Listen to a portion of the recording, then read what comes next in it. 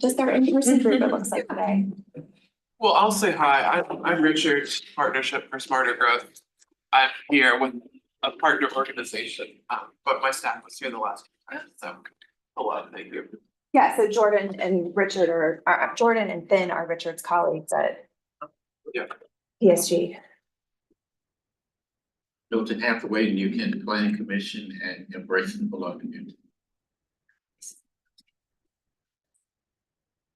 Jessica Schneider, Board of Supervisors, Chesterfield County, Cloverfield District. Stephanie Power, with Ivy Rapid Transit. Ken Lance, staff planner for Plan Orvier. Cameron George, citizen representative for the city of Richmond, and I work at the Department of Housing and Community Development, the big building downtown. And I take the bus most days, so thanks for that.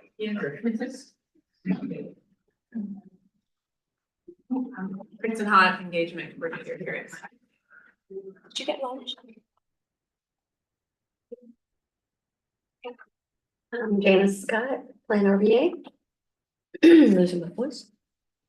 I think we all know Sid, but when he comes back, we'll make sure we all recognize him and then. Do you want to introduce? Oh, yeah, my name is Sid. I'm the Board Relations Support Digital Media and Technology Specialist here. Big one speaking. And my name is Martha Schickel. I'm one of the members of the team that's staffing this with Ken. So we took to heart the last conversation that we had, really understanding. So I want to just sort of ground it and making sure that we're validating every time as staff that we understand the direction of this work group is advising you want to go. It felt really clear to us when Ken and I did our debrief in the last meeting that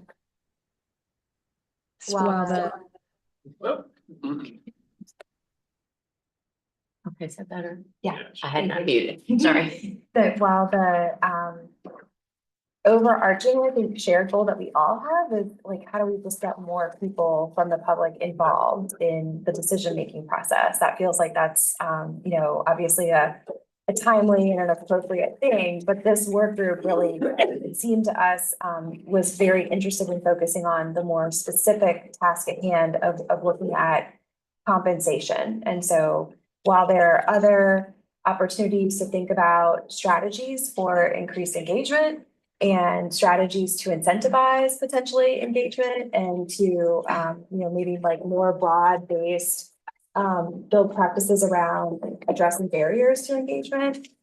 Those all felt like things that you all have useful and important insights, but maybe I'll say this, not your words, or my words, not yours, but the structure of the CTAC and the structure of the Public Outreach Engagement Committee are already sort of designed to be able to suss that out. So this work group formed specifically around this notion of making a recommendation of a policy. So Ken put together what's included in the packet for you all, which is really the beginnings of what I think could be components of inclusion in a compensation policy. So while I do feel like it's pretty straightforward, I want to ask if you have anything you would want to sort of share from the perspective of like, where did these ideas come from, and maybe talk a little bit about what your process was to put the particular items here on paper. Sure. You know, I'm starting from the premise that compensating individuals for their time and their expertise is a legitimate practice. You know, so first of all, you know, that's been my basic premise all along, and there's a pretty good body of literature that supports that as well. And I think it's been derived from, you know, the conclusion that particularly for lay people, you know, who are offering their time, that their time is just as valuable, and their experiences, be it lived experiences or just their knowledge, is just as important as that of the subject matter experts that are employed by the jurisdiction. So that's kind of where I'm starting from. You know, and from what I've found in the literature, there are a number of benefits from compensating individuals. You know, it ensures that you're getting those experiences that maybe you would overlook You're getting a more complete picture of what are the needs within your region. You know, you're making sure that sometimes some folks that maybe you overlook are at the table and have a seat at the table, that otherwise maybe they wouldn't be there. So that's been sort of my premise from where I've started from. I've looked through a good bit of literature on it. I've talked with some folks, just last week, spoke with the director of Virginia Community Voices, because they have in place a compensation policy in a practice. That was one of the things that I've had a hard time finding, is somebody, an organization that's actually doing it, and they are doing it. So I had a good discussion with him about what they're doing, how they're doing it, because the mechanics of it are also, it's like anything else, you know, when you come up with this idea, the devil's in the details, and when you start trying to figure out, you know, how do we compensate people, how often, what means, how do we document all of that? That can be a rather daunting task as well. So, and you know, there's a lot of details that we probably still need to flesh out, but that's kind of where I've started from. I have looked through the public participation plans of their other MPOs in Virginia. There's what, 14 MPOs, Martha? 12, Something 14, like that, yeah. somewhere in that range. All of them have to do a public participation plan. They're supposed to publish that. They all have them on their websites, but to this point, all of them are silent on this practice. So we're kind of plowing new ground here, and maybe some others will follow suit after us. I have found an MPO up in, I think it's Vermont, and the staff person there is doing almost the exact same exercise I'm working on right now. Do you know which So, district? I'm sorry, Do you know which district? Chittenden, Crittenden, Chittenden, yeah. yeah, ring a bell? It's in Berlin. Yeah, Burlington. And incidentally, she, you know, I think went to UVA, so that was kind of how we found this person. You know, so still, I think a lot of information to uncover and work through, lots of details to hash out. But the basic premise is that we think that compensating folks, you know, is a good practice. So document wise, I think Ken, in my opinion, Ken did a really great job of starting to get at that purpose statement that we talked a little about, you know, like really getting those two sections up at the top of the document about, you know, an attempt at sort of saying like, what is this that we're trying to do and why? You know, what's the bottom line case here? And then I think that third section, the recommendations, are sort of this list, as you can see, of things that we've identified to date, either through the conversations that this work group has had or through the research that Ken has done, of things that would need to be considered, you know, and either yes, that should be in there, no, that shouldn't, but we need to figure that part out. So it's this literal list, like laundry list of things. I was kind of interested in having the group spend time today with reactions.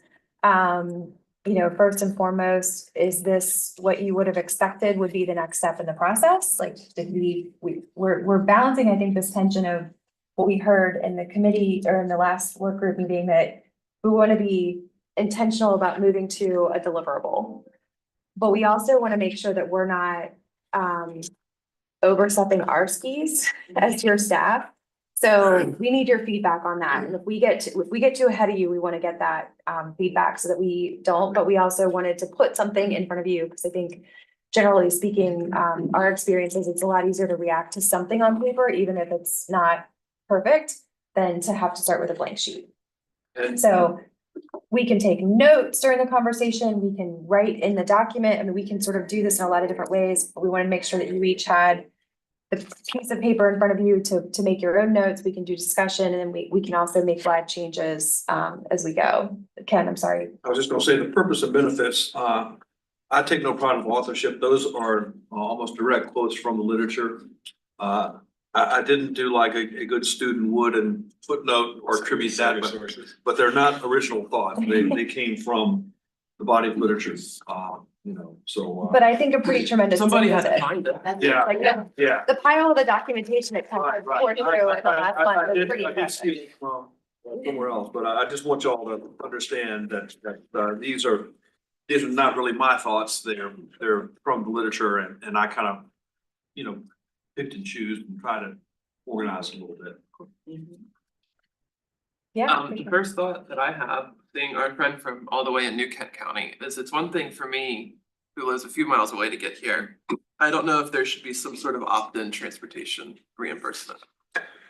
At my last employer, that was a big thing, is just access to getting somewhere, in that case specifically by the bus, but if somebody's interested and wants to talk about transportation and then is barred from getting here. Again, I know that would raise the total amount of money in the pot, and like that could be, a $50 Uber each way, and Yeah. but it is the Transportation Advisory Committee, and we don't want to have it to be a proxy for car drivers or people who live on a bus line. Well, the gentleman with Virginia Community Voice, and I'm sorry, his name is escaping me. Said that they actually do have a contract with Uber or Lyft. If there's an individual who they, is part of their advisory committee, but just cannot get there, they will make arrangements for that. Well, yeah, I mean, if there's a way to just get a promo code and where it gets Yeah. billed to Plan RBA, that would save the whole step.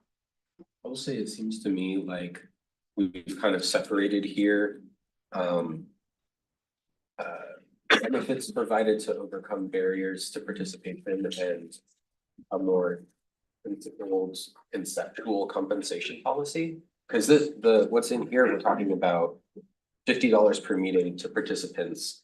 And then there's other stuff too, food, there's parking validation. Right. To me, transportation benefits would fall in that second category of things that the organization does to make it easier to attend or to make it to incentivize participation from like a food perspective.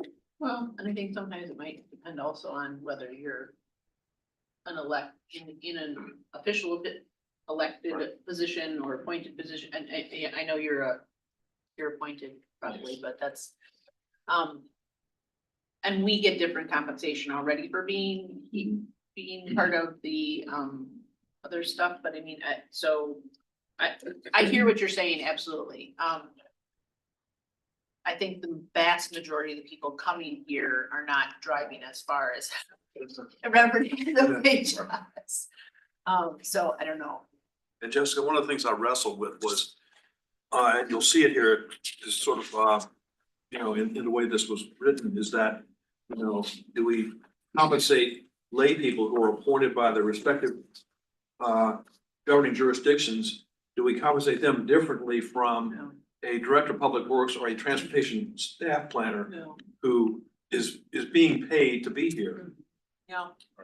So we've been been going around with that, or even for somebody who is employed by an advocacy group, but is drawing a salary, Do we compensate RVA Rapid Transit and let them decide, do they want to give you additional compensation, or do they just want to put it back in their program? So these are some ideas that are out there, and I think are fair game, if you will.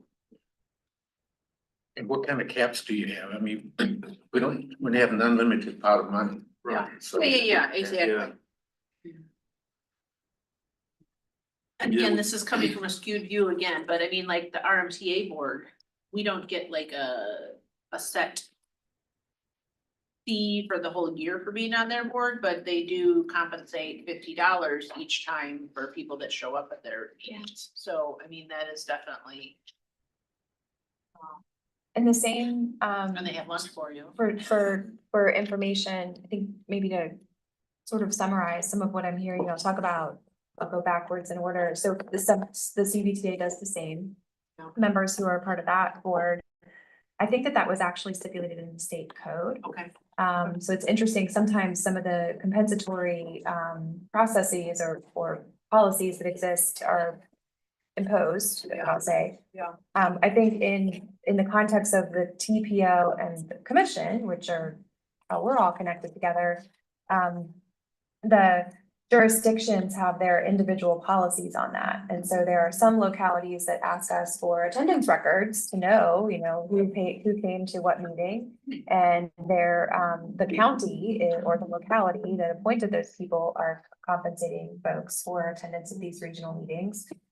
In other cases, it's a totally volunteer gig, or it's considered to be like potentially rolled into the compensation that comes with, just being, some planning commission members maybe are compensated or have some kind of a stipend intended to offset like printing and mileage or what have you. Others don't. So it's all a little bit different.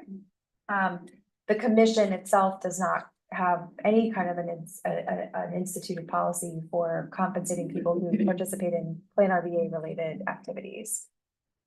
So this was, in our mind, kind of an opportunity to bring this work group together to address that sort of first and foremost, thinking that if we're gonna have a group of people who have demonstrated a sustained commitment by serving on a formal advisory group, whether that's a working group or a steering committee or a standing committee, it made sense that we should look at compensation. And that feels like that's like one step in a continuum of steps that could happen to be able to think about sort of the broader way that it also felt a little bit more from a financial constrained perspective. That's a universe that we can quantify. It's harder for us to quantify, especially with the, I'm looking at you, Kristen, I mean, especially with the goals that you all have and the success that you've had in engaging more people. That's a growing number with the efforts that you all have. So I think we're not wanting to close the door on that. But I don't even know how to think about coming up with a number of what that more ad hoc, I'll call engagement might be. Yeah, we could certainly estimate, X number of people on CTAC times X number of meetings per year times the fee, that you can derive pretty easily, but if you start expanding it. And I think we heard sort of suggested guardrails, I think from you 2 meetings ago about, what if we approach this as sort of, we're gonna pilot and we're gonna sort of use that as a foundational place upon which we could grow, but make sure that it's something that we have in the foreseeable future, we perceive that we have resources to be able to sustain it. All the while, I think, and probably I don't want to speak for you, Kristen, but like one of the reasons that you're attentive to the conversation here is to be thoughtful about how to build out recommendations of what are those ways that when we do more broad-based community engagement, where we do go into various jurisdictions and host meetings. So I want to make clear that it just, even if it's not explicitly named in this particular policy, our staff are committed to thinking about the issues that you all identified: childcare, transportation, meals, those different ways, potentially like prizes or incentives to be able to have, you get, if you do the survey, you get entered into something.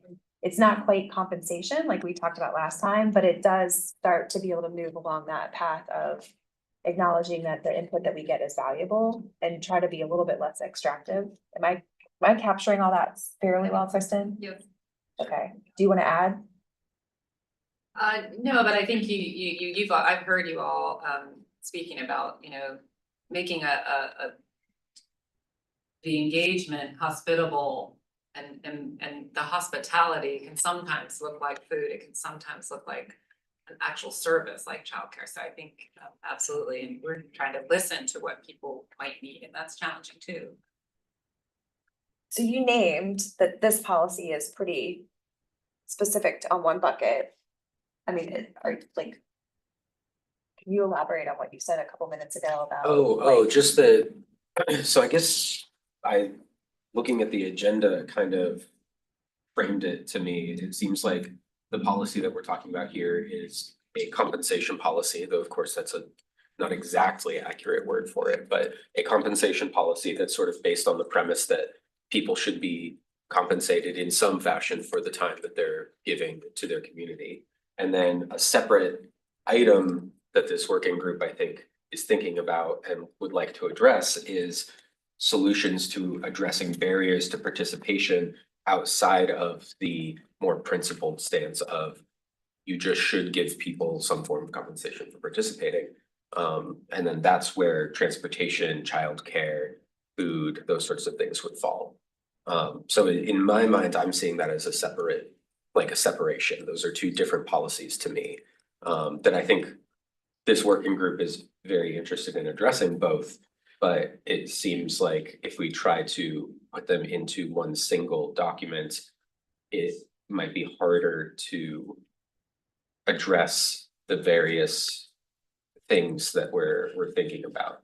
It seems like there's kind of those two different buckets that we're talking about. So if I'm hearing you correctly, you're saying that the $50, that's like a policy that would be, for everybody that qualifies under that list of, and the other is just maybe like icing on the cake and, you get, sometimes we have it, sometimes we don't, or is that, you think there should be more guardrails put around when those things are a bit, or added as a bonus? I guess I see these things as like, job, salary versus benefits. Both of them are important and some address many of the same issues, but from different directions.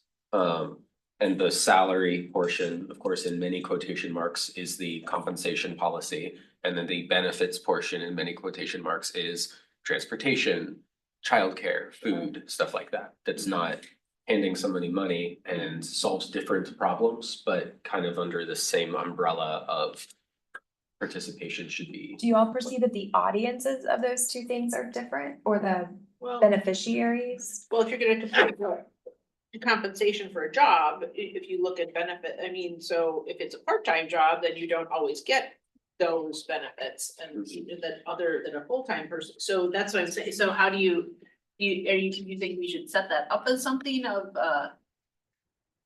if you're coming to, or would those just be like ad hoc kind of, because this meeting is during the day or on a weekend and you might have your kids, we're gonna provide daycare or something like, and have it on a ad basis need kind of thing. I don't want to carry the analogy too far necessarily with the compensation and benefits and stuff. I think partially because maybe the way we do full and part-time work isn't necessarily That is- the just way to I do it. completely agree Yeah, with you. That's that. So I want to Yes. like shy back away from that Yes. analogy. That was Okay, just sort of how I okay, kind of grouped no, no. those things.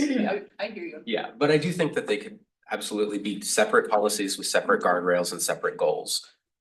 Are they distinguished by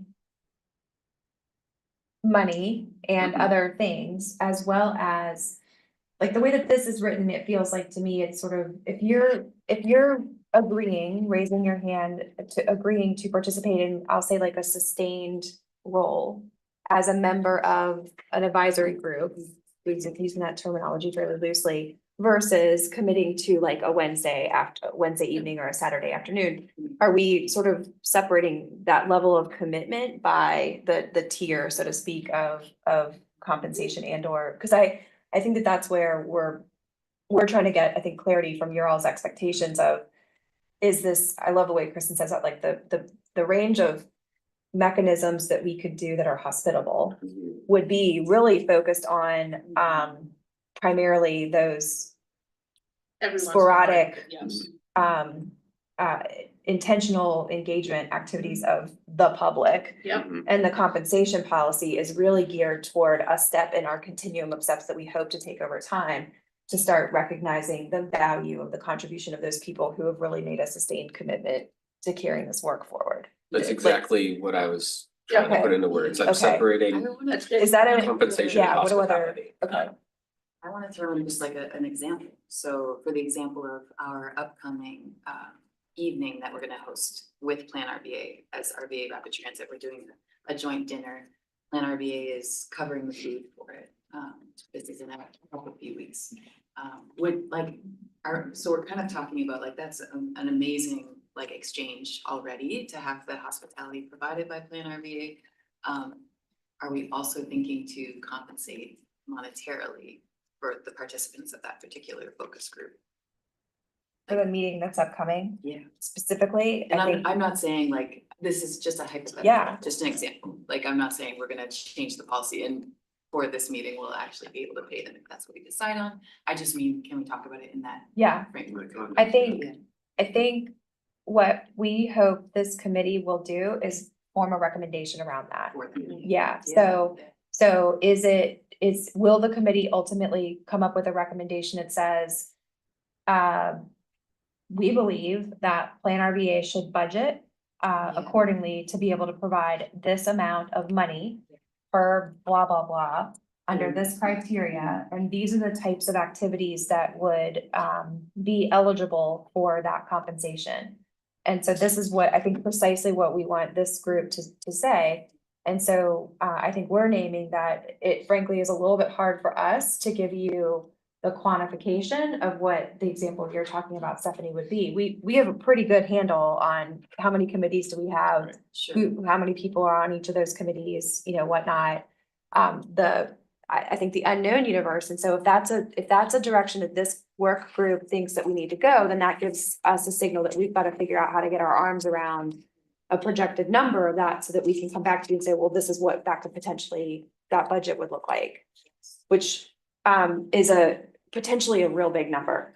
If our team is as effective as they have. I think it comes back to maybe like something that I remember from last meeting where we were speaking about just having a map of all the different ways that Plan RVA tends to do their engagement, meaning, and I know I know it's changing, I know it's growing and, but kind of like buckets at least, so that we could have this framework to see, okay, so there's surveys, right, online surveys, there's in-person, going to fairs or going to events in the public, there's maybe there is, there's CTAC, there's all these advisory committees that are a lot more structured that you know, but then there's also, maybe there is a new bucket that's being created, that's focus groups, where you're really intentionally having similar to what we're about to do with RVA Rapid Transit and Plan RVA, where it's like, you really are like choosing, and what you just did with the deaf and hard of hearing community. Which is coming up with new date. That postponed, so more time. I showed up, Yeah. and I meant to tell you, but anyways, yeah, just like, so maybe there's a new bucket that's coming, and probably more than I know, and Kristen would absolutely know. That's kind of where I'm thinking about it. Well, and I think some kind of hand in hand with that, so again, so you have like Plan RVA and RTPO and CTEC but then you have subcommittees off of each of those as well, so then you compensate, if someone's making the commitment to coming to a subcommittee long-term as well, where does that stop? I mean, where do you stop that compensation line? Like where is it just because you're already on that and this is just another commitment that you're doing because of it? And so that's something to keep in mind also, that you start to draw those Do you want interconnected Do you want to circles. respond to our opinion, or do you want to Oh, have the group talk? Yeah, whatever, yeah. You can. I like the part where it says that there's not a limit to the number of times a person can be compensated. I think it makes sense to set up the guardrails of what we consider to be valuable input that is worthy of compensation. And then if somebody does a lot of that, then they're earning it from our perspective. And if they do less of that, that's fine too. I was gonna jump, talking, you were saying that there's a known, part of this conversation can be fairly well quantified, and then it sounds like for the more open public meetings, that's just when like a lot of people could come. And I was wondering that it may be, if this is gonna be on a trial basis, as it's said on the middle of whichever page that is, that maybe it'd be more approachable to try it with the known universe for a year. And let's see how it goes, and then see about expanding it, and then that would also pay some differential to the staff time, because that would be hopefully a lot more approachable of an ask. And we I could agree leave the with door open for in 1 or 2 or 3 or whatever amount of years. Did this work? Did anybody, did people come more regularly? Did we get voices we wouldn't have gotten otherwise? So that would be, as somebody, as a small nonprofit who never wants to take off more than they can chew, then, have to deal with that, so. Yeah, I think 2 things that first of all, I think that we're viewing this as a trial and whatever we institute, that we probably won't make this permanent, that we will emphasize to those who are being compensated that we're doing this so on an experimental or a demonstration or a trial basis. And secondly, that we do need to have some way, some metrics to quantify and measure the effectiveness of it so we can report to the larger group that this has been the impact of this program, or this policy. You know, has it proven effective? Has it increased input? You know, you can readily measure attendance in just terms of numbers of people. I think the harder thing is, how do you gauge and prove that compensating people to come has improved the overall quality of the input that you're getting? And the diversity of voices. Yeah, you can prove the diversity of voices, true, yeah, but just what they're saying and giving you, how do you measure that? You know, hearing that makes me think that maybe we should do it not on the regular meetings that we have, because those are usually, I mean, yes, there's some people that don't come and some people, you know, they're hit or miss, but there's usually a core group of people that always show up at those meetings. And so how much is that going to change that? Whereas community engagement, I mean, that, I think you would be able to see much more clearly how many more people show up for something if you're going to do something, you know.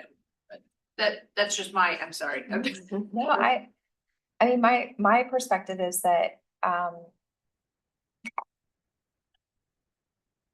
we have a lot of people in our orbit, that are contributing time and energy, as volunteers. I mean, everybody that's touching to any degree, everybody that's touching, and some of you are able to make a little bit more of a case that it is in service to the organization that employs you. And so, you know, in theory, you're getting compensated, but there's still an opportunity cost even in that situation, because your organization isn't, I mean, every time, Stephanie, you sit in one of these meetings, you're not doing something else, you know, right? I mean, as a nonprofit organization, that's a real thing. So even though as an individual, you know, you're not having to take leave to be here, although there might be some other people in the room for which that is kind of a situation, right? That exists. So I think we've got differing circumstances in almost all of our boards and committees and working groups where people everybody's had to make a choice in how they're gonna allocate their time.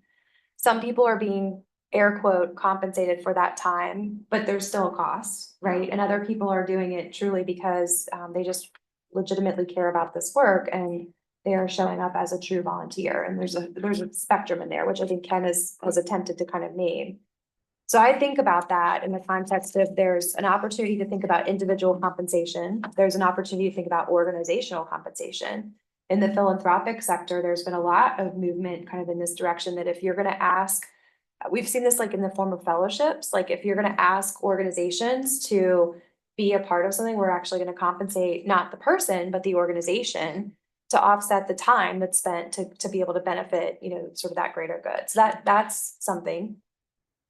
So I think about that in the context of like our fixed universe of people who have raised their hand and said, yes, I will serve on this thing.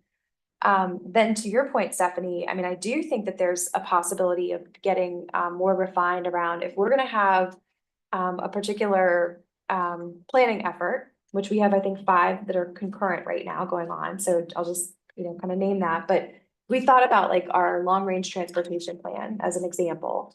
And we know the period of time over which we're going to be developing that plan. And we know in our project schedule when we're going to have big pushes for public involvement. You know, I think that it could be doable for us to think about in the planning cycle of that, to say through that process, we're going to commit that we want to have 10 focus groups. 9 geographically based, you know, or something like that. And then we're going to have, I think we could then say like, we're going to set these targets and then we can have an associated budget with that. Mm-hmm. What worries me is to be able to go so far as to say, when we table at the Squirrels games, we're going to compensate everybody that walks by the table. That feels like, so I think you've raised sort of the beginnings of what structurally could become that like kind of middle ground. I think, Jessica, what you're talking about is sort of like, if we really want to like move the needle on participation, I mean, and this is where we have to hear from you all, like, does $50 a meeting really change whether you're gonna make time to come to the meeting or not? We have a very real situation. So that, I mean, I think we need to kind of hear that Right, feedback to know. For some people, the answer may be yes, and for other people, it may be no. So I think that, and perhaps because I'm on our TPO and Plan RBA, those are more politically organized and have more organizational representation from electeds, et cetera. Right. Whereas the CTAC is community led, and I think maybe that's where the pilot should be. And you'll notice, I think, It's it's written that way right now. Yes. I just Um, think that that's, I mean, yeah, that makes sense, because I mean, you see how many more, I mean, I don't know what And- your participation level well, is right now. we but have, that's- we do struggle, and we've had, I think, ongoing conversations this fall. I don't wanna speak for the committee, but about, we've got some groups that have an appointed representative, and that representative hasn't come in a pretty long time, and so, is it that priorities of the office supersede what they see on the agendas for the CTAC meeting? So is there like just a decision that's made that like this content is just not worth me stepping away for this? Or is it, so this could be one attempt to be able to think about measuring attendance, like is member engagement increased by reframing the value that we see of the members and their participation. Now, there's no electeds on that. one. That's right. There's, Correct. but there are some that are county staff, correct? Or No, some not- local, no? Okay. Well, I think if they are, there's it's OET, yeah. if they are, it's more of a, OET. it's an entity that we've identified is, a contributor to the membership of the CTAC, and it's Like a so, representative of a group that we want to Yeah. represent. yeah. There's So the- localities appoint a citizen, like a citizen rep to And the they're all- CTAC. Yeah. And Yeah. those are straight up volunteers for the most part. And then we have a Correct. number of standing seats that are organizationally represented, which is largely what. you League of see. Women Yeah. Voters, Yeah. Virginians for High Speed Rail. Got it. RV Yeah. The list that was on, the list Yep. was on here, yeah, Right, yeah, yeah. Yeah. So if they don't attend, what's your next step?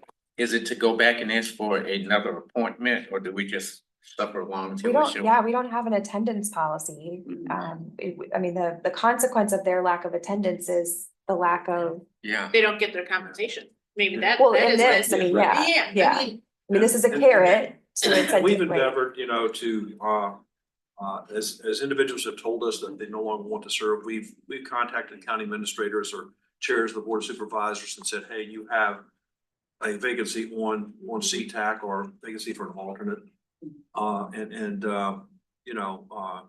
Speaking honestly, some of the jurisdictions have been more responsive and quick to fill the position than others. I think we You just, know, and we still have some jurisdictions that I think aren't represented at all. And then on the organizational side, I think we feel as staff, I mean, this is just, we're being super transparent. Yeah. As staff, I think we feel more comfortable informing the locality, hey, your appointee hasn't come for Yeah. a year. The CTAC meets 4 times a year, so I just want to be clear, Wow. like, it's not like they're missing 12 meetings, they're Yeah, missing, yeah.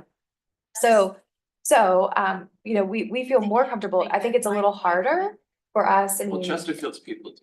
I'm sorry. like, I'll use an example. I mean, like, if RVA Rapid Transit's had a standing seat on the CTAC for a long time. So I'll use this as an example. If all of a sudden, Stephanie stopped showing up, I think we'd have a little bit of a harder time reaching out to, in this case, the executive director of RVA Rapid Transit and being like, hey, we would, that's a challenge for us as staff to figure out, because there isn't really a lot of clear guidance about enforcement of attendance, and we want to be really sensitive to the fact that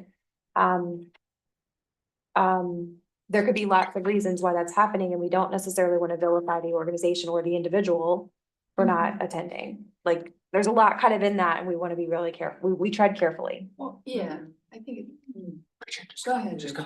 Yeah, go ahead. I have a few thoughts. So I think on some level, what we've said is that some people are gonna come no matter what. Yeah. And I think that's true, and I think that's fine. We will.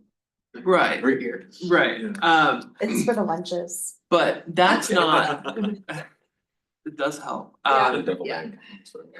You know, that to me, that isn't the point, that's just happenstance, and that's fine. You know, the point is, you know, the inflection point of getting people who wouldn't or couldn't come otherwise. That is really exciting. I think of, again, RV Rapid Transit talking to, you know, focus so much on this work and how they provide food for their mobility university, and they really try to meet people where they are. And I think that has gotten people more involved than would have otherwise. That is to me kind of, I mean, if we're doing a science experiment, that's kind of that is the litmus test if this is gonna work. I'm also, so like, you know, PSG personally, you know, the money's great, we don't need it one way or the other. But there's a very tiny urbanist nonprofit, Strong Towns has a local RVA chapter. They have no money. And I see, let's use them as an example, that this nonprofit literally could just use the $200-400 from this to then do a little bit of something on their own time, and that could really help, you know, not only give them a chance to be more legitimate and speak in the public process, but then also have a little bit of seed money to do something on their own. Like, that seems like a win-win. And then, I mean, I think there's a bigger issue of attendance policy. I mean, if we're gonna create a carrot, I mean, we can make a really loose one, but if we keep struggling with attendance and people don't wanna come, and they don't wanna come, and why are we shooting ourselves in the foot by being weaker because they don't come? And again, so is the compensation going directly to the organization that they represent, the seat they represent, or how does that I work? think that's what. I feel like I wanna share an example. How does that work for Chesterfield, like someone that's appointed by Chesterfield, This they're is- a resident, I mean, they're. Well, we don't do it right now, so. Oh, no, that's what I'm saying, I mean, Well, I'm my- asking for my- frame, My thought process says we would compensate the individual directly, oh, okay, okay. unless, like, Blue Ridge Wine represented Chesterfield for years and years and years, and was very, very faithful about coming. And he appreciated the lunch, but he just felt like this was his obligation, his way of giving back. Okay. And I don't know if we ever approached Herb and said, hey, we'll give you $50 to show up, whether you can Take take it. it. Yeah. You know, but I would feel fine, you know, giving him $50 to show up at a meeting. But for somebody who comes from your planning staff, your transportation staff, like Barb Smith, Yeah, yeah. we would probably say no, or we would compensate Chesterfield County and say, here's $50 to compensate for the time that Barb was attending this meeting and she was not able to perform some of her other tasks. That's sort of the thinking, but I Is don't there a know. possibility to? We haven't fleshed this out, you know?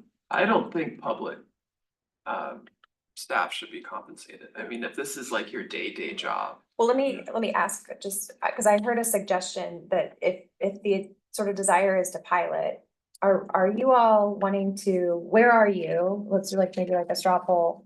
Do you want to pilot with the CTAC? Or do you wanna move outside of the, cause I heard two different suggestions. One was like, well, if we're gonna pilot it anywhere, the CTAC feels like the right place to pilot. I also heard though, maybe a little bit of a sentiment, like if that's. Should we be developing more of a policy around like kind of this focus group compensate that's outside of the university advisory groups? And it might be helpful to decide that before we get into the specifics of how payments get made and whatnot. Is it possible for us to say that those are kind of two different categories of involvement? Because we talked about like the different categories of involvement. You can be in a regular working group where you show up a couple times a year. You can be in a focus group where you give a couple hours of your time. You can take a survey, you can walk by a table. Yeah, These are declining. I think I'm asking you guys to define the universe. So Yeah. if it's all those things you just listed or a subset, and then we could start working out the details of each of those things, depending on how many are in there, Cameron. As a policy in respect to Plan RVA and their limited time, money and federal grants that kind of come into this commission, I think it makes a lot of sense for us to focus on CTAC. that can start a conversation. If it works really well, we can report back. Otherwise, we're just kind of spinning our wheels here and trying to define who it is. Right. And I think absolutely, we can expand it to that second tier of participation and the one-off. After we see how much it costs, after, Kristen continues to do the good work that she's doing and expanding the amount, and we have a better grasp on what those numbers look like. I'm sure you have them, I just don't know them. But as far as a policy that we need to deliver, it makes a lot of sense to focus on CTAC. Yeah. Pro CTAC. I think my only contention, I agree with that. And I think my only contention would be, I think it would be worth scoping out both CTAC and 10 focus group meetings for the LRTP and see what kind of cost or scale we would be looking at as far as a pilot program. And then maybe decide as a group, do we want to pursue CTAC only, or do we want to do levels 1 and 2 of participation? And depending on, because we have no idea really how much that would cost right now. And I think it would be worth looking at both and then deciding if we want to do level 1 or levels 1 and 2 for 1 year. So I know nothing about CTAC, so let me ask. Is this 10 participation thing, is that set in stone? That's just the example that was given. So if right now the body is CTAC, what is the thing? What else is there? The LRTP focus group. Yeah, is that what you the mean? LMTP focus group, okay. So, I think there was a comment earlier about sort of getting you all a list of sort of I'll call them the tiers of engagement. Yeah. So there's, we have social media that we have a fixed number of followers, but then things get shared. So that's sort of like a, infinity universe. Surveys, just sort of public, awareness, that kind of thing. And that's like an exponential, in theory, number that I think we're talking about. That's way far out into the future of where we would be. There are instances where we have had specific relationships, I'll say, with organizations where we wanted to co-host, like the example that Stephanie's talking about. That I think is an opportunity to think about, when we scope a planning effort, we could say, we're going to work with X number of organizations to host sort of more of a focus group type input session. We're going to aim for, if it's going to be 10, like I mentioned, we're going to aim for 25 attendees at each of those. That's 250 people. And so we're going to set a budget of X amount of dollars. That feels like that's a number that we could rationally derive. That's not a practice that we have actively in place right now. What we do is what Stephanie described in the example, is we say we're gonna partner to be able to provide the food and the meal. So it doesn't equate to a per person number. So we right now, I would say the compensation that we have committed to fairly universally is this notion of food as a refreshment, whether that's box lunches here at CTAC meetings or the equity work group meetings, the meal at the event. We're doing the meal with the deaf and hard of hearing town hall. That's become sort of a newer but a regular course of practice for us. Am I answering you? Yeah, in it any seems helpful like way? a CTAC is the most easily quantifiable thing to wrap our heads around. And then maybe as we go through with this 1 year kind of period, we can start thinking about what is working and how can we then translate that to these organizational co-hosting things that we're doing together that are happening on a more ad hoc basis. I'm just thinking policy wise here, because this is going to be a lot easier if we have a target demographic and can quantify it, I think, other than. So it could be, just as a suggestion, if the work group wanted to go down this road, you could have as a product of your work, a recommended policy around the compensation of CTAC members as a pilot, or how we would go about that sort of structured universe of committed participants in a formal committee structure.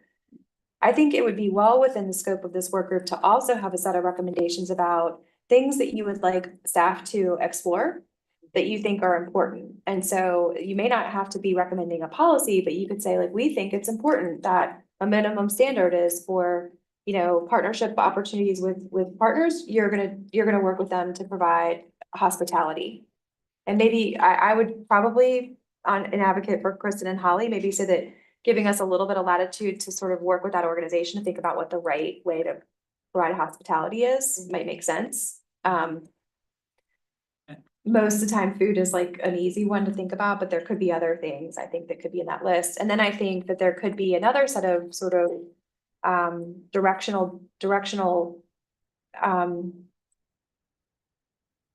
directive that you could give to us to think about, you know, what you'd be intentional about thinking about the other barriers that we, am I making sense kind of? So I think you all could, maybe there's a like I an think there's a and both with and. this. I wanna go back to what Andrew shared earlier, that, and I think we could do both. Like, I hear what you're saying, Cameron, but I don't think we need to only focus on CTAC. I think that there's possibility to have both of these examples of engagement. Walk me through Stephanie's, because I'm really intrigued by that. Would her organization make a request, a proposal? And say, if you can provide this, we believe that we can have this amount of attendance. That's exactly. And what then we it's do. measurable afterwards. We could also measure what it to the happened. previous year. I mean, Yeah. what I'm seeing, to throw out a 3-pronged proposal, is we All right. is we do the CTAC $50 for citizen appointees and alternates for 1 year. And we show up in a year and we can basically compare the attendance policy to last year.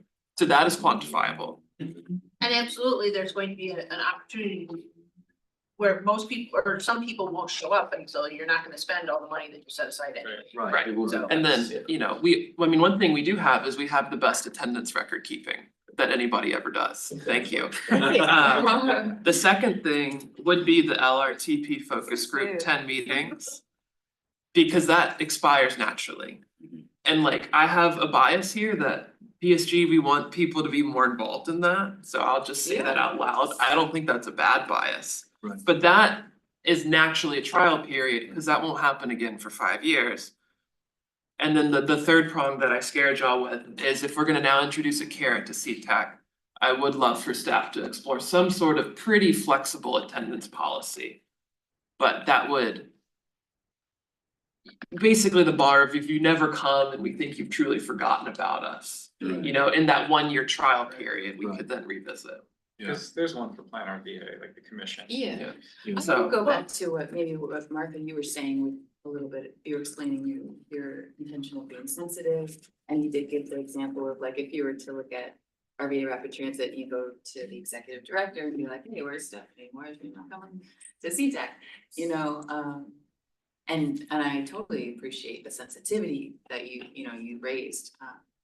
And like, I do think compensation would, it totally, to me, it does shift the energy. It shifts, you know, how I feel like my time is being valued. And then and for me as RVA Rapid Transit, I don't see myself as like the bus expert in the room, but I do see myself as like a doorway to so many advocates who are already, who don't work for us, but are involved in our programs and who I meet at the bus stops, you know, so that could open the door to, like, I do feel like, not a gatekeeper, but like a door, I guess. And I, you know, when I think of CTAC meetings or other, you know, meetings like this, it's really important to me that I could, if I invite someone who I know their kind of financial situation because of my relationship with them, I know, you know, maybe they're struggling with juggling all these small jobs and whatever, and they've got incredible insight and they deserve to be in this room. If I know that there's a compensation, if I know that there's $50 waiting for them, I just feel like it's, So do you want the money to be to invite a guest, or do you want it to be for the members? I think, okay, so in my instance, I would say, oh gosh, I don't know. Now I'm thinking about, you know, what does an alternate look like? And I know we only name one specifically, right? Like Faith is actually the member and I'm her alternate, but Faith is so busy that I come. But I also think with the attendance policy, I would want you to hold a boundary, actually. I would want you to be a little bit more, like, just reach out to us. And maybe then we can have a conversation of what does it look like to name another alternate, if that's possible. And if not, like, I would want, you know what I mean? Like, I could, because I could A look at gentle my. nudge. Yeah, yes, exactly, because this is important. Right, right. Do we have a proposal? Just, I don't wanna be like too Robert's rulesy, but we have like a proposal, so I'm not hearing dissension. Does anybody have a, apprehension about this three-pronged Well, approach Go or? ahead. so with the LRTP how long is that going to be going? And how many, is that open to other people that are not, or who's all invited to that? So, Okay, those are. we are in the midst of that. So I would say that I think it would be beneficial for this work group if you had like sort of broad strokes that you wanted to have as outcomes of that, but then to really give our team the ability to come back with a sort of a recommended proposal around that second prong, if that's one to pursue. So do we have like a number of people, have we had meetings that we know how many people normally show up? It's more variable than you might think. So Okay. like, Well, so I'm just trying to think to give us like a head, you know, this is a stopping, you know, a ceiling. Where, okay, so if we know that normally 20 people show up. When we send out the invitations, we say the first 40 people that show up get $25 or $50, you know, and say, and so then see if we're really looking for measurables to see how much well, incentive it would. this is me brainstorming. Yeah. And Kristen, I'm really glad you're in the room today. But I mean, one idea to think about, it's sort of, if we want to constrain that second prong to the LRTP. And we're constraining the first prong to the CTAC membership, one thing would be to say to the CTAC members who represent one of our community partners. That's RVA Rapid Transit. I mean, your I name know. tag says VCN, but really Yeah. it's, you know, PSG, Yeah. we could talk about that, but. To SPAN, to the NAACP, I think it could be interesting to say to each of those organizations that have a representative seat on CTAC. To say, that defines the number of focus groups that we wanna have. And then we could sit down with each of those CTAC members and say, you know, 70's already kind of leading the way on this, so you could be the template to say. If we co-hosted a meeting with your organization that's represented on CTAC, how many people could you draw? And is the most appropriate way, because of lots of different variables that might be in play with that particular group. Would it be most appropriate to incentivize through an actual, like, we're gonna give you $50? Or would it be most appropriate to do it through a meal? And I think we could sort of talk with each group potentially. I mean, that could be one way to get at that second prong. That could be kind of a cool way to activate the CTAC. But also be able to have a rational way to methodology. I will say, Kristen, I see you. I will say that, from a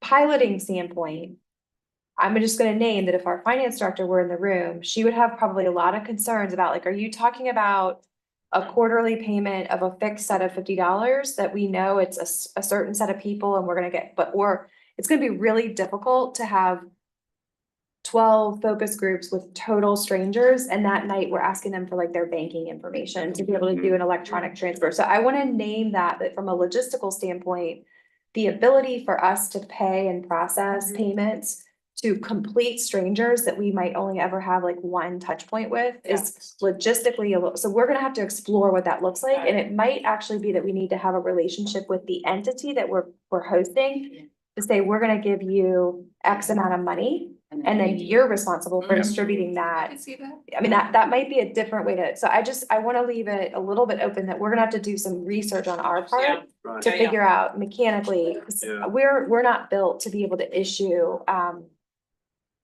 some of this. Yeah. Kristen, Yeah. you have thoughts I So can just see. at a very like quick, it has been challenging, so our design, and I know you're gonna talk about this, for LRTP, the desire to identify groups in all 9 localities that maybe we felt would have an interest, but also have relationships and have, you know, folks coming to different events that they were already hosting.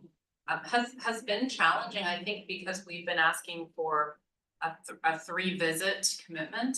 And that really was intended to reflect the entirety of the LRTP lifespan all the way through 2026.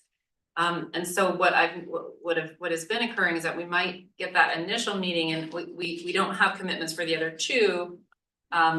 Because we were desiring to not have it be a one and done, and that there would be this, we're coming back at this phase to bring back information, and then of course again. And so that really was exponentially shaping the idea of focus groups is not really what we were calling it. It was an engagement opportunity that we would come to you, or potentially if that wasn't feasible to come here. And I think you know, a representative on CSAC talked about, you know, we desire to be in the community.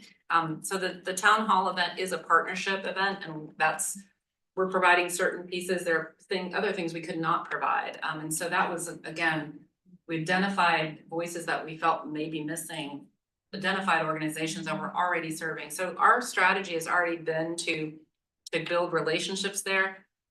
But to be honest, each one of those touch points was intended to be a 3-pronged meeting. So I think there's another factor that we didn't look at memberships on CTAC or those kinds of things, but has proved to be somewhat of a challenge to get that commitment. I think timing and things going on. But I wonder about if compensation were entered into that conversation, they would feel that, oh my goodness, that would help us to have there be this additional factor. So I'm curious about even getting more information from some of the people that we've reached out to about their feelings about compensations, purely as a, you know, informational. But just to let you know that the one meeting is not necessarily how we've tried to approach that, because that is one of the drawbacks, I think, is again, extracting data feels less relationship building than returning to say how your impact and what the time and the information you gave us had an impact, or so there's other ways of compensating people, I think, even with just coming back to tell them what you did with what you took. And I think Virginia Community Voice would say that that's part of that strategy as well, that there's a compensation for meals or Uber, but there's also just the respect factor of coming back to talk about what we took from you, which was your idea and your time and your is reflected in the plan here. Can I suggest something for our direction because we're kind of talking in 2 tiers of compensation policy, and it seems like everybody kind of agrees that starting with CTAC for a year is a great baseline for our recommendation, and then we're kind of talking about tier 2. And Richard, I don't want to like modify your tier 3, but I kind of saw it as like tier 1.1A of like we should do CTAC, but then while doing that, we should also include something in that policy that is an attendance policy and like connect those 2 things. That's fine. Cool. I don't feel like that modified anything. Perfect. Just so that to clarify for how we're talking about this, so that it's clear in people's minds which things are connected to which things. That's the only reason I. So you're suggesting that there's that an outcome of this work group will be a recommendation around a compensation policy in theory that would go into effect in the new fiscal year, with also an attendance attendance expectations. And so we have the carrot and the stick there. And then the Or second- working groups and for then- tier 1. For CTAC. For the Yes, CTAC. expectations As of a- attendance for, yeah. And then the second outcome deliverable of Yeah. this work group would be the more external approach to thinking about what that would look like. Am I hearing the 2 And things? I mean, we could also let staff kind of be more exploratory on that. That's On what I the was gonna second one say, of yeah. like, there's a lot of great ideas and just like logistical concerns, and I certainly don't know how to approach that. Would it be reasonable then for us to try to spend the rest of the time that you've blocked today on the compensation and attendance piece, which feels a little bit more like a little bit easier to kind of get our arms around, and then maybe Richard, if I'm hearing you correctly, our team could huddle a little bit and give you kind of a point of view at the future meeting or a future meeting about what I think we're hearing is a pretty strong desire, but more information needs to be provided to really be able to move substantially forward on that. I think so. I mean, well, let me be clear. If we're talking about an external partnership, then when we make that agreement, would we at that same time say, this is the benefit that we'll provide, and there is an attendance expectation for not one, but three, or whatever the number is? I mean, I think you have to say it up front. Yeah, I think we're just asking for like staff to, in the future, provide us with an idea of what a limited scope for an external compensation could be for a pilot. Because obviously staff is gonna be aware of those opportunities and how that is going to play out in the LRTP or might play out in the LRTP. And I think is in a much better position to say like, here's an example of a limited way we could implement this that we could actually wrap our hands around. So hearing what Kristen said, I think I heard you say that we've made these outreaches to organizations that we think would be good conduits, using words we heard earlier, to parts of the community that we really think are important to contribute to the LRTP process. And in some instances, we haven't necessarily gotten the affirmative yes to that 3-part commitment. I think I also sort of heard kind of implied in that you didn't say, well, if you're not going to commit to 3, we're not going to come to the first meeting, because we definitely want that first meeting, right? So we've got a couple of those, and I think you were saying that it would be really interesting and potentially helpful to go back to some of those folks that we've had a hard time locking down. Say, if compensation were part of this, could this make it easier? So using that feedback and that information, that could bring, I think, something maybe more substantial to come back to this work group with, because this is feeling like this is like a resource that you didn't have access to before to offer. And so you could hypothesize with somebody, if this resource were available, would it change, and so we could do, it's not evaluation testing, but it's a little bit of pre-testing to see if this could matter. We were also sort of exploring piggybacking on an existing event they already had, which I think is also problematic because they've set it up to be about something else, and so you're trying to. We've been successful in that area sometimes, but I think there's also just a value for if that would be coming here. There's a value on the space that is waived. I wonder if you've explored that. I think the other piece of what we are doing to get people to pay attention to us in a sea of lots of activities that we don't really have. We have some activities. It's really a budget for the giveaways that are very much incentives for people to come and hear what you have to say. That's a struggle. What do we have to give people? So, we're doing temporary tattoos at the Nutsy because that will be time that you can put a little temporary tattoo while you give someone a paper survey. I mean, that's the level of kind of thinking strategy you have to have when you go to community events. What's going to make someone not just walk by? And so I think the budget for that is another form of compensation. What are we buying? What are we giving away? What does that look like? Because it is an engagement strategy that does work. If you have nothing at the table and you just say, come fill my survey out, or come talk to me, we've been more successful when we have a little raffle wheel, or we have people want to know, and while the parent is standing there, who's obviously my target, they're happy to fill out a paper survey. You wouldn't believe, so we're using more paper.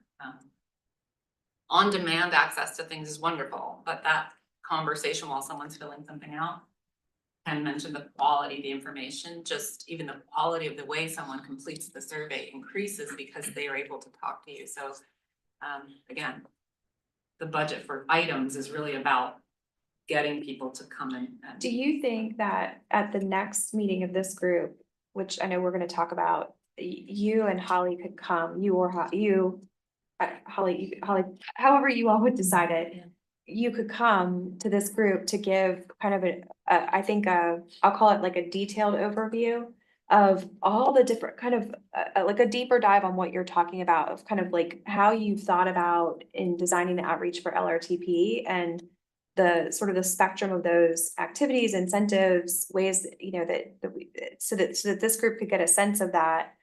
And then, I think I'm saying that this is a group that could become a stronger advocate, to be able to get that budget. You know, and so thinking about that, as we plan for next fiscal year, you know, what would be the sort of things that we've identified that if we had dollars, we could do. Am I making sense what I'm asking To you? your point, I don't have any interest in trying to compensate people at large community festivals or public events. The logistics of that is really untenable. So really it's about, if you want people to give you information, there is a little bit of quid pro quo. You could win something where here's a free whatever. And they're sort of more indebted to like at least listen to you, not necessarily give you a certain kind of information, but at least stop and stand and hear. And then it's your job to make that a compelling story for them to care, right? So it's not shirking or making it like, here, fill this out and get this thing. The staff still has quite a heavy lift in explaining some of these things to the average person. But it's so valuable to go because you hit a huge cross section of people at any given public event, in ways that we may not be able to otherwise, right?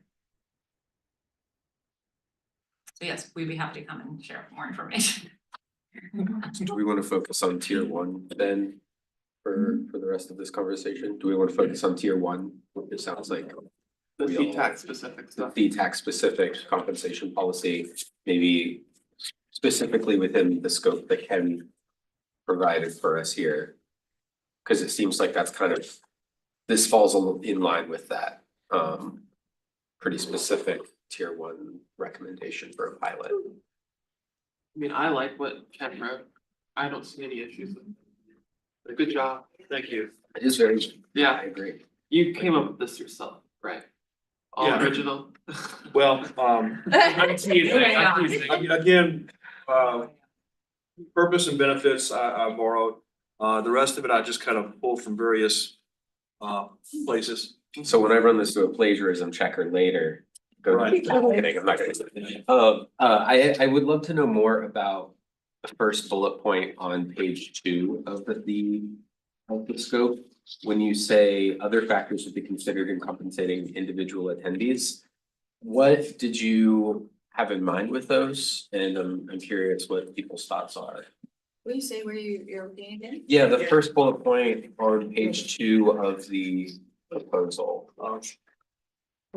That was one of the things that Martha and I had some conversation about, and we had talked about maybe even moving that up further in the policy, the recommendations, maybe making it the first paragraph or so and sharpening it a little bit.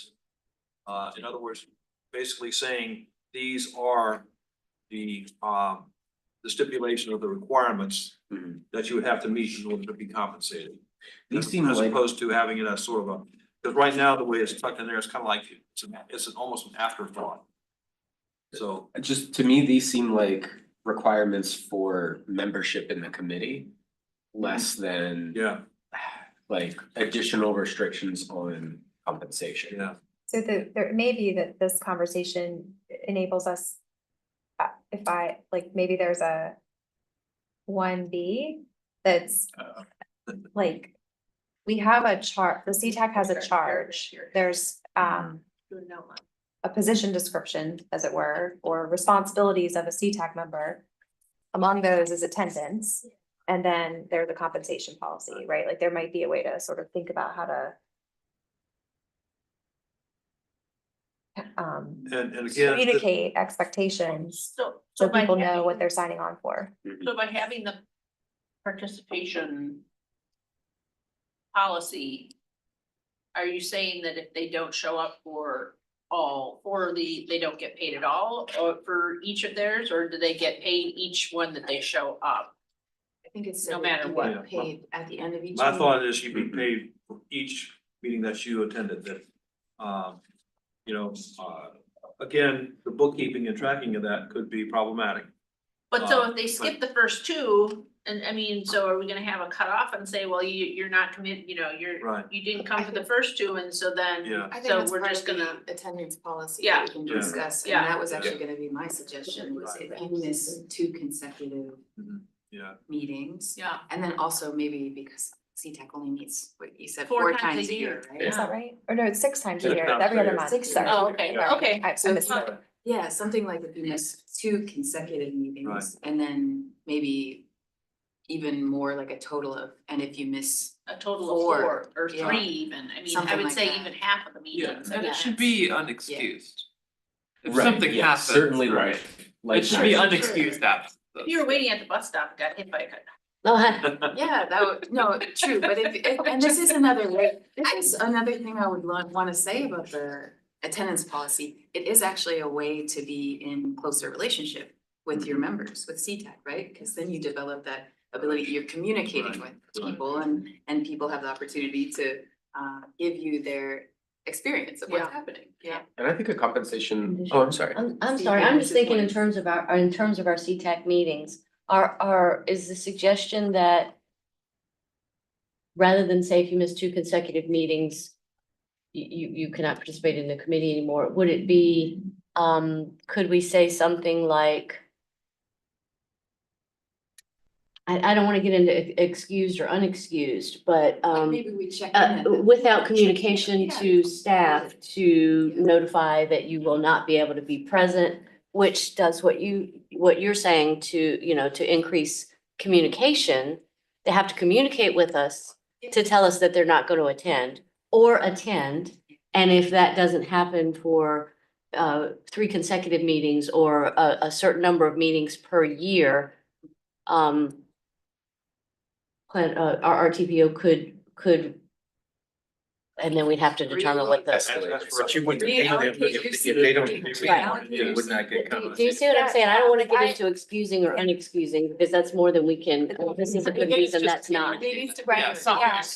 Right. But I think that there's sort of like this, how do we define what I'll call like missing in action, Yeah. right? Right. I can also imagine that there could be an organization that has a seat on CTAC that, so this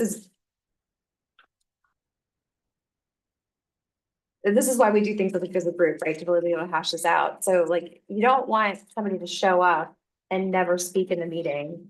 And so at the same time, if somebody misses 2 meetings, but in between that, they've been hyper communicative and they're sharing out the information and they're following the meeting on YouTube and they're like reaching out and asking to like be a co-host with an event, like there's some value there, right? So I think we want to sort of be careful about how to promote the desired behavior that we're looking for. We want people to be on the committees and show up because even if they're hyper communicative with us as staff, if they're not showing up to the committee meetings, they're not interacting with you all, which is problematic. So I just named that I don't know the answer, but it's kind of like, how do we make sure that we write the attendance policy and the compensation policy to drive the behavior that's desired as opposed to the proxy behavior that sometimes becomes the thing that isn't really what anybody cares. Like, you don't want a bunch of people to be coming in to collect their $50, but then never Do anything. or Yeah. participate actively. sitting Well, in silence. That's what the trials. You can Yeah. find that out in real Yeah. time. Yeah. And I think with CTAC, we're not talking about people who are like, oh, I have a class that conflicts, so I'm gonna miss 2 meetings this semester or something like that. We're talking about Missing in like action. have not heard from them for years. That's from the what- localities that's what- or anything, yeah. So I think maybe the trial, that's a good reminder to me. Maybe the trial is actually like pretty. Like, and we don't have to over-engineer this thing. yeah, and it's up to your discretion. You Yeah. can even put that Can we in just any put a line that says language there's that you're discretion to work with people? I think, like, I like the idea that, as staff, we never really want to get into a situation where we're using like sort of too much, because it's just like, you know, so, but I like the idea of missing 2 meetings with no communication as to, you know, absence. That seems like a good place to start. 2 consecutive meetings and it's gonna trigger a conversation with the organization, the appointing entity, about whether or not a replacement is necessary. Like, couldn't it just start there? Yeah. That's a Yeah. great idea. That gives us the, I think, the support that we're looking for to be able to kind of call out Yeah. lacking attendance without it being punitive. You don't get kicked off, but maybe Yeah. there's a well check. And that's more than we have now. So this is Yeah. all, that in and of itself is an escalation. Yeah, that's already better. Yeah, Yeah. that is better. And it's a good expectation when you walk into a room or you're joining a new group. It's awesome to know, okay, what are the parameters Right, here? What are right, the yeah. expectations? What are the expectations? And to be clear, so if they don't show up, even if they do say they let you know they're not gonna show up, do they get compensated or not? I think it's attendance only. Okay, Yeah. attendance Yes. only. Okay, But good. online Okay, Right. good. is also. Yeah. And online, online is- yeah. So could I say, if you miss 2 consecutive meetings, that's gonna trigger this well check concept. But could I also throw out that if there's some number of meetings that are missed over the course of the July to June Yes. fiscal year period, there will be a request for a replacement to be named. How about that? I like that. So, because I think that there is sort of an inherent, like, if there is sort of a chronic scheduling conflict, then that probably just needs to be Well, and then I addressed. want to throw back in this example of alternates. Mhm. So like in my example for, Faith is the named member, I'm the alternate. And then let's say we have this new language that's introduced. I see that I am unable to come. Faith's also unable to come. And I know I have this awesome, bus advocate in the community that to me would be a fabulous representative of RVA Rapid Transit, but they're not technically an alternate. Can I bring them forth and introduce them as an alternate to me being the alternate? So I think, I'm not a lawyer, so I just claimed that at the beginning. I think that you all could set the terms of sort of how that affects the attendance policy. I do think that because you all are a part of a public body, we can't just sort of by proxy, like degrees of proxy, have a whole different group of people sitting around the table that weren't actually the anointed representative of the organization that seated you. So I think that if you wanted to create that space to be able to have like the seat that RVA Rapid Transit holds not be in jeopardy, that feels like you all could do that through some kind of an attendance policy. But in the rare occasion that the CTAC needs to have like an actual vote, that person that came in your place, the alternate's alternate, would not be technically, I think in the legal construct, eligible. Now, the reality is, I think that the chair has a lot of discretion about who to acknowledge in conversation and, who to invite to be able to speak and sit at the table. And I think that that's very much the prerogative of the chair. I'm looking at Andrew because he's doing Right. CTAC right now. So I think that there's lots of ways for that person to feel like the voice can still be contributed, but when the CTAC eventually will vote on this, like, for example, policy, we need to have a quorum of the members of the CTAC. And we need to make sure that we have a vote of those members. It can't be just a different assortment of people. I kind of feel like specifically when it comes to working groups, it might make sense to use the phrase voting members, like people eligible to participate in a vote. And I think it would make total sense for an organization to send a non-voting proxy to represent them in the conversation. But I think when it comes to compensation and attendance, I think it makes sense for us to say, like, the attendance, the membership and participation that we are trying to compensate here and trying to show that we find valuable is people with the power to make decisions on behalf of the public or representing the public.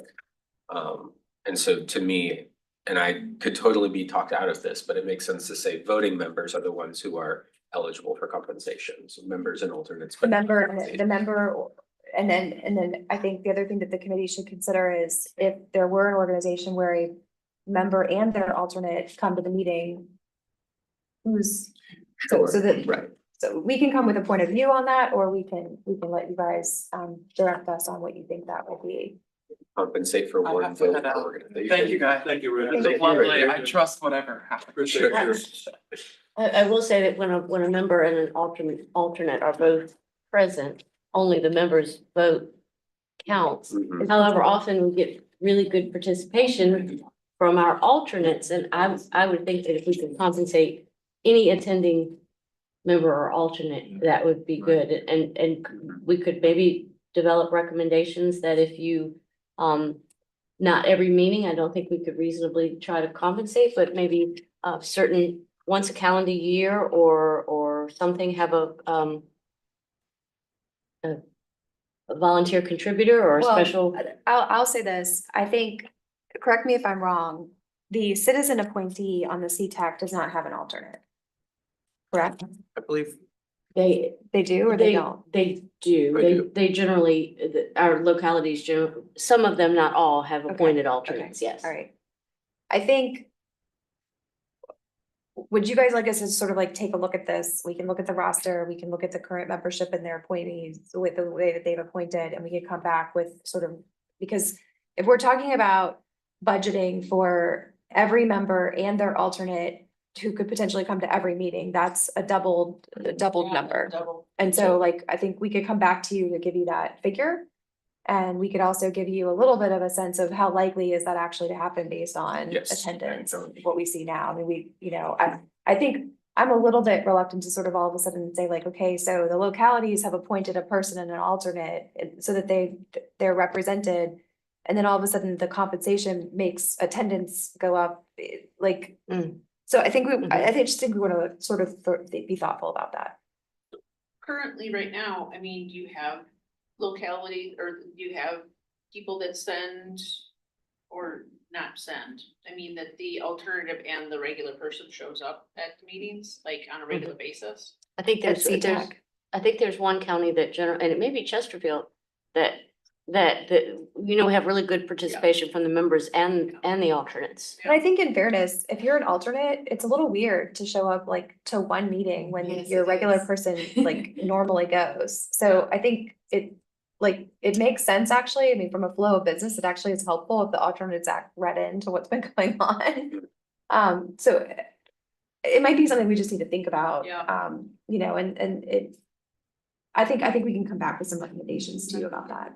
It'd be good to know how often that actually happens. Okay. Yeah. So I'm hearing in what Ken's put together, generally speaking, you all are satisfied with the way that there might be some organizational things that we could do to now categorize around expectations of members, attendance expectations, and then the actual compensation mechanism. And we could categorize these recommendations in that format and redistribute maybe a more complete draft policy document. Just being mindful of the time and some other things, I think we've also sort of established through this conversation that at the next meeting, we could take a look at having you all get line of sight on the way that we approach more of the external outreach and the methods that we're applying there. Ken did, I think, distribute or included Janice in the distributed material. It's not printed in front of you, but there was a lot of documentation. So I think we could maybe do a little bit of like some synthesis of that for you, and we could, I don't know, I'll try to see if we can make like a chart or something that boils it down. And then I think that'll sort of help us to be able to identify that number 4 carrying into the next meeting, if that's okay. Timeline wise, we wanted to talk to you a little bit about the schedule. We knew that we had assumed an every other Friday meeting schedule. I think most of you know, I hope you are well aware that in 2 weeks, which would be like the next time this committee would regularly meet, that is our symposium day. We're hoping that we get to see you on March 14th, just not in the context of this meeting, and that you'll be attending the symposium. So we wanted to propose a little bit of an alternate meeting schedule for that. Do you want to go over those dates that we were proposing? Yes, we were hoping to come back together, let me open the right document. March 21st. It's 1 week later. And so we would look at this draft policy that based on what we've talked about today, present you with a chart of maybe CTAC attendance and look at the attendance members versus alternates. Maybe a chart condensing the information that Ken provided for this packet, and then also have hear from Kristen on our current engagement efforts. So that would be the next meeting, and then after that, and am I right? For this group?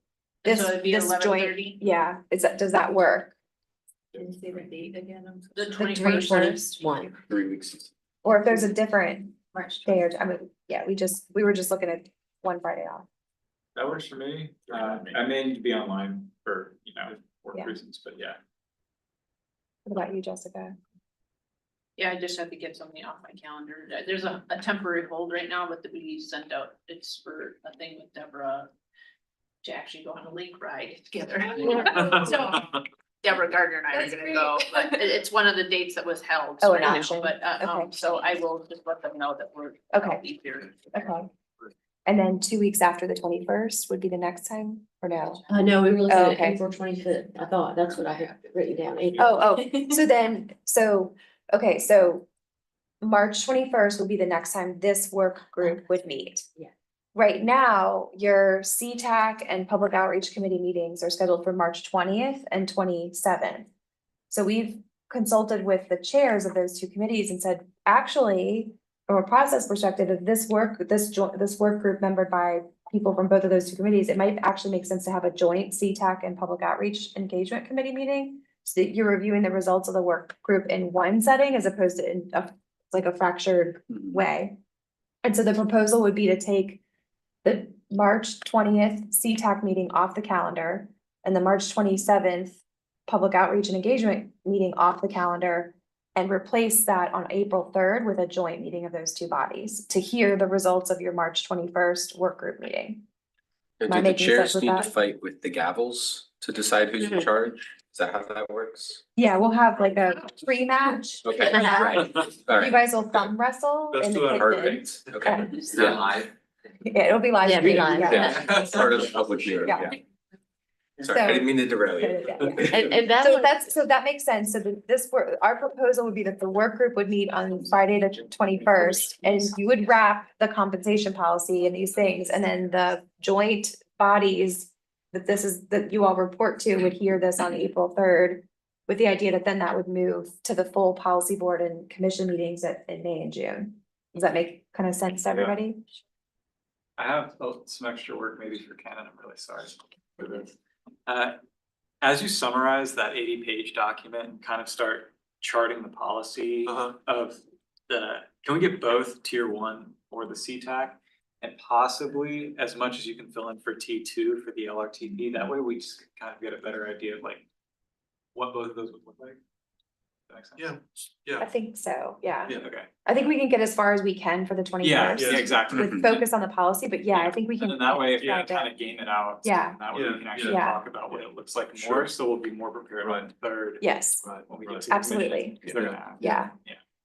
Thank you. Yeah, And then we were looking at the dates and the work group would then continue. Yeah. Because this work group has a charge bigger than the compensation policy. So to continue that work and then as well as the Title VI plan, the thought was that those dates would be when? we just looked at April 25th, so we do April 3rd, the joint meeting, but then this group, the equity working group, get back together on April 25th and begin work on developing recommendations for Title VI. Great. Does that make? Cool. Make sense? Yeah. What's Title VI? Thanks for. Title VI is a section of the Civil Rights Act. Oh, And it is a compliance regulation that all recipients of federal funds are required to comply with. got it, And so Oh, that guides our got it. practices for recruiting, purchasing, Yeah, and community okay, outreach. got it. Thank you. Mhm. So that's why we're doing that. We have to have this stuff before then, so that you can have the amount of money that you need to allocate for those Yeah, types of things. yeah. kind of thing. Yeah. Yeah, and the Title VI plan gets reviewed as part of our quadrennial review triennial review with TPO and its recertification process, and 2025 is the year that we get recertified. Okay. So we've adopted a practice since the last recertification review that every year we've made a commitment that we're gonna review the Title VI plan and make sure like we're still doing what we said we were doing, and we'll make any adjustments or enhancements as needed. This is the first time we've engaged a committee in that. But we felt like it was the right thing to do to engage the committee and not just have it be like kind of a staff self-evaluation kind of thing. Investigating ourselves. Yeah, yeah. Makes sense. So March 21st, April 3rd, April 25th, and then we thought from April 25th, you all could sort of decide what the flow would be. we're still trying to drive toward having the majority of our deliverables done by the end of the fiscal year of June 30th. And then really, I think this work group could determine whether or not there's still more work that you need to do or you don't. Sure, So, we'll have a pretty good idea at Yeah. that point if we want to keep going. yeah, Thank you for driving us. Yeah, Thank thank you for your you. work. yeah. Thank you. I mean, Thank you, Ken Ken, has yeah. for the Ken has work been you've done. amazing in Yeah. pulling all this together, Thank you. so. Thank you. Appreciate it. Thank you all for your contributions. And the cool thing is the other agenda items that we had planned for the Public Outreach Committee and the CTAC actually were like the same. We looked at the list of stuff that were gonna be on both agendas and they were the same things. So we're like, oh, this is actually really beneficial. So in addition to that, we've got I think some good updates on zero fare, safety, transportation safety efforts that we want to incorporate in next year's work program and that kind of thing. So it'll be a nice, I think, way to be able to move this, all these conversations along. Thank you all.